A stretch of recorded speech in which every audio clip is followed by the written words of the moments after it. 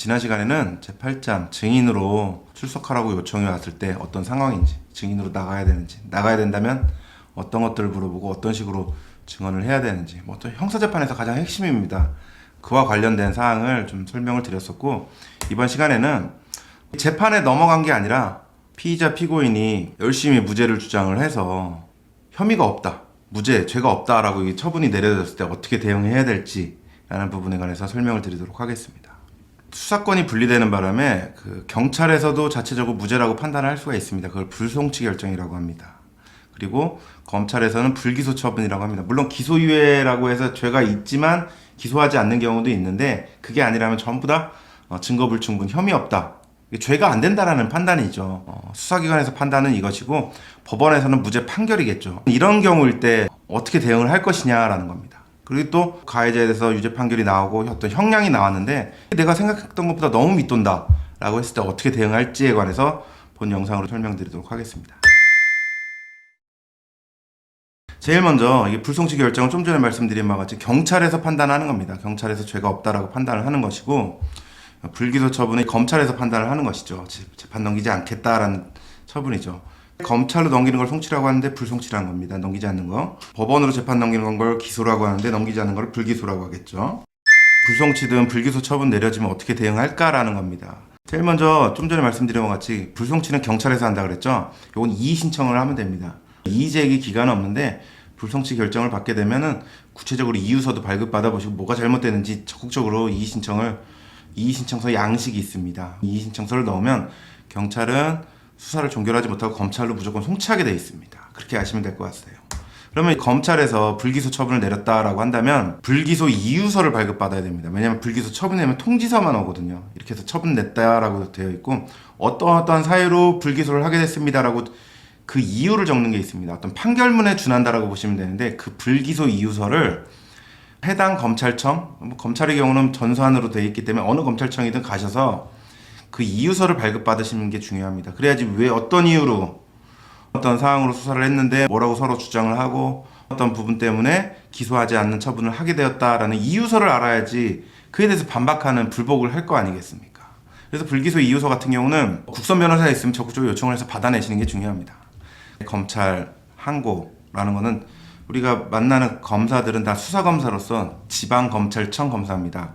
그래서 검찰에다가 불기소에 대해서 불복을 하는 거는 제일 먼저 항고장을 넣으면 고등검찰청, 더 상급 검찰청에서 판단을 하도록 되어 있습니다.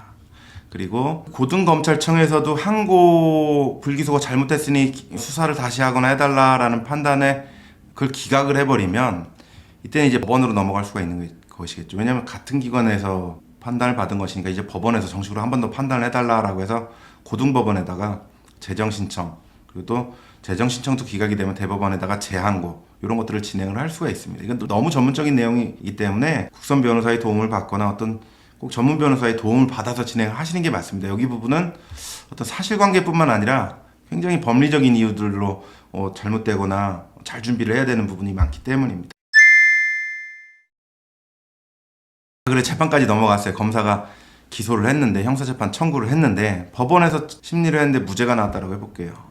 그때는 법원은 이제 1심, 2심, 3심대로 되어 있기 때문에 검사한테 찾아가야 됩니다. 공판검사라고 따로 있습니다. 우리나라는 수사를 하는 검사가 있고, 수사하는 검사가 재판까지 나가지를 않습니다.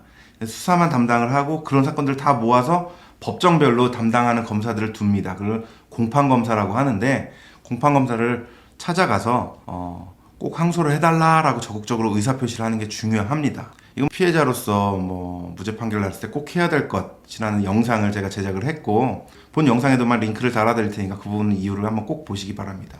이 무죄 판결이 나오면 딱 7일밖에 안 됩니다. 항소 기간이. 그러면 주말이 보통 끼어 있지 않습니까? 토요일, 일요일. 그러면 단 5일밖에 없는 것이죠. 그럼 공판검사 찾아가서 항소 희망한다, 이렇게 연락을 하고 통화를 하는 게 굉장히 촉박합니다. 그러니까 적극적으로 무죄 판결 나오는지도 빨리 확인을 하고, 항소 희망한다, 꼭 항소를 해달라, 이게 적극적으로 표시를 해야지 검사도 부담 없이 항소할 수가 있는 측면이 있습니다.